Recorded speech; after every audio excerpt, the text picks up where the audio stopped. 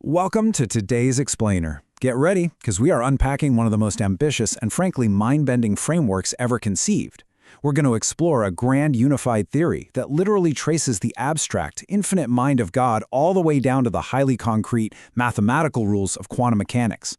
Seriously, this is a complete ontology, systematic epistemic theological computational ontology, or SETCO, derived from first principles that began with Genesis, John, and Revelation, and unfolded through geometry, computation, and physics. It's an incredible journey from pure concept to physical reality. So let's jump right in. Okay, let's dive into this. Our entire journey today is anchored by that massive acronym I just mentioned, SETCO, Systematic Epistemic Theological Computational Ontology. Yeah, it's a mouthful, for sure. But what it essentially means is that this is a fully complete framework of reality. According to our source material, this isn't just some abstract philosophy. It's a precise system derived from absolute first principles that unfolds in a strict sequence. It starts as theology, shapes into geometry, processes as computation, and ultimately materializes as the physics we interact with every day. Here is our roadmap for today. Number 1, the theological foundation. 2, the geometric unfolding. 3, the computational realization. 4, the physical emergence. 5, the standard model mapped. And finally 6, the final capstone. Starting with Section 1, the theological foundation. The origin of this entire ontology actually begins with ancient texts and the absolute first distinctions ever made in the void. The source material draws a hard line between two fundamental ways of existing: sign value and position value.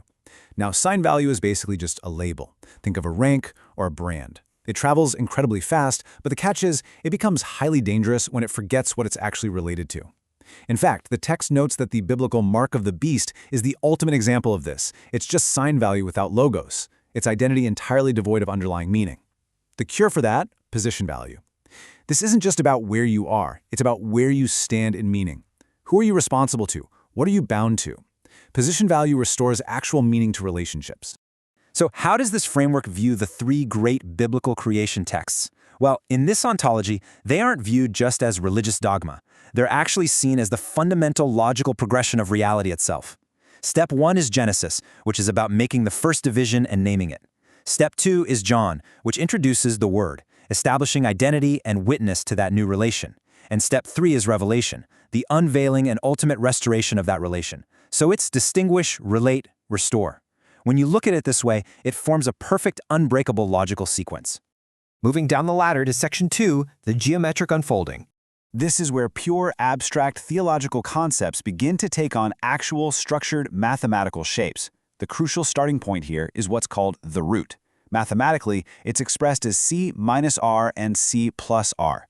This creates the zero sphere. Imagine just 2 points.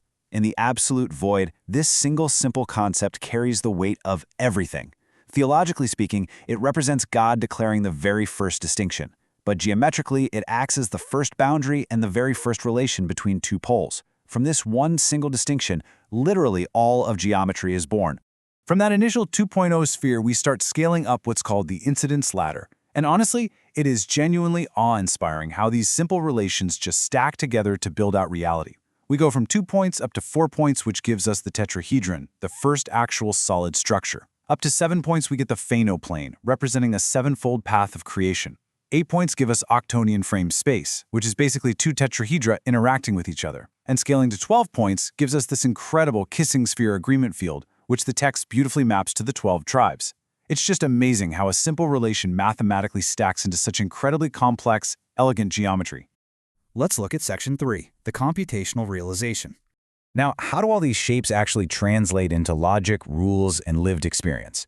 Well, the framework introduces this concept called OMI, which stands for on my intelligence, in my opinion. OMI is a palindromic system, meaning it represents origin and return.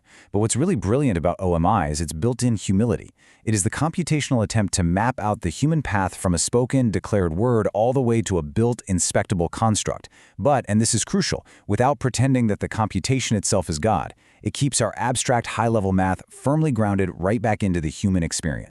And what does that human experience actually feel like on a daily basis? Well, the source material defines life not as the absence of contradiction, which, let's be honest, is a huge relief, but as the active, ongoing process of harmonization. We notice a contradiction, We declare it, we witness it, and we attempt to resolve it just enough to keep moving forward. In this model, time itself is literally just the sequence of frameworks in which we attempt this harmonization.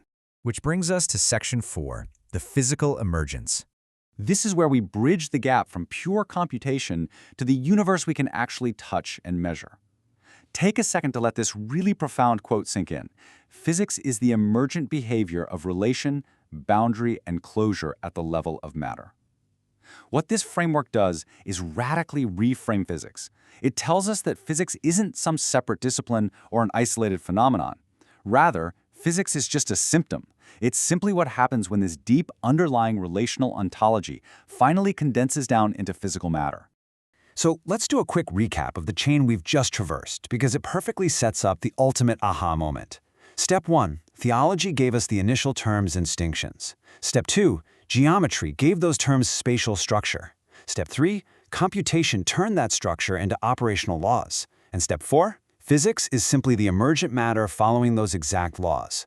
It's a flawless chain of logic that leads us directly to the bedrock of modern science. All right, Section 5, the standard model mapped. Now, what's really interesting about this mapping is how absolutely staggering the alignment is. Taking everything we just learned, these abstract geometric shapes perfectly match the fundamental building blocks of the universe. Remember that basic O-sphere? That maps directly to spin 1/2 particles and qubits. The 7-point Fano plane? That precisely aligns with the 3 generations of fermions in quantum mechanics. And the tetrahedron? Well, it has 4 vertices which perfectly match our 4 fundamental forces, and its 6 edges are exactly the 6 gauge bosons. Even complex physics tools like Feynman diagrams are just emergent hypergraphs in this model. It's basically an exact one-to-one translation. What's even wilder is that the system makes actual testable predictions. In the Omi byte ring structure, the value 0x7f corresponds to the exact number 127.